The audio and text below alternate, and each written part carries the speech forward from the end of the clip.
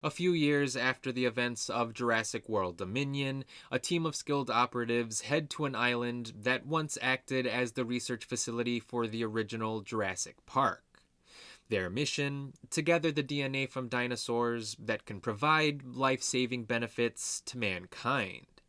Unfortunately for them, an unexpected discovery makes their expedition far riskier than they ever could have expected. Now, you should know that you don't need to watch any of the other Jurassic World films in order to understand what is going on in Rebirth. Aside from the fact that dinosaurs happen to coexist with people in the mainland, Rebirth basically acts as a standalone film in the Jurassic series. This is a brand new story featuring brand new characters. It's just a shame that this story and these characters are infuriatingly boring. Yes, despite the attempt to distance itself from the previous few films, Rebirth is plagued by the same issues that are present in Fallen Kingdom and Dominion. So, if Universal was trying to restart this franchise, they completely blew it. Jurassic World Rebirth is not a good film. Sure, it does feature some fun and exciting action sequences, but those sequences aren't enough to make up for how thin the rest of the script actually is. Which is a surprising thing to say, considering how the script was written by original Jurassic Park scribe David Koepp. But this story definitely lacks the nuance and depth that is present in the original. Koepp recently wrote the critically acclaimed film Black Bag, and I personally enjoyed his work on Presence, so he's clearly still a talented screenwriter. It's just a shame that Jurassic World Rebirth turned out to be the worst thing that Koepp has written all year. That being said, I don't think Koepp is to blame for Rebirth's bad quality. I think that belongs squarely to Universal, because the studio inexplicably rushed this film into production. Instead of giving Koepp the time he needed to write a good script or even a decent script, they forced him to spit out a simple script in just a couple of weeks.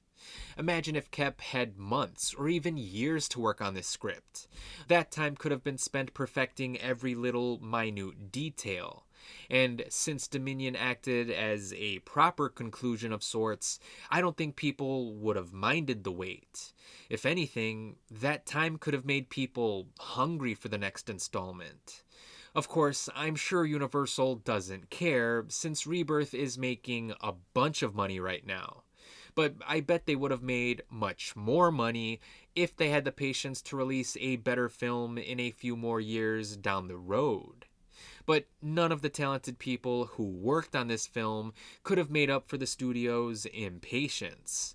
That's why a creative writer like David Koepp, or incredible actors like Scarlett Johansson, Mahershala Ali, Jonathan Bailey, Rupert Friend, Ed Skrein, and more, or an exceptional director like Gareth Edwards, could not save this movie.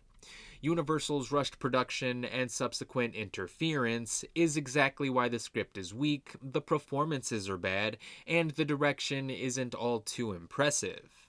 I'm a fan of director Gareth Edwards, but this is easily his worst film to date, which is unfortunate because I feel like he's always being pushed around by the big studios.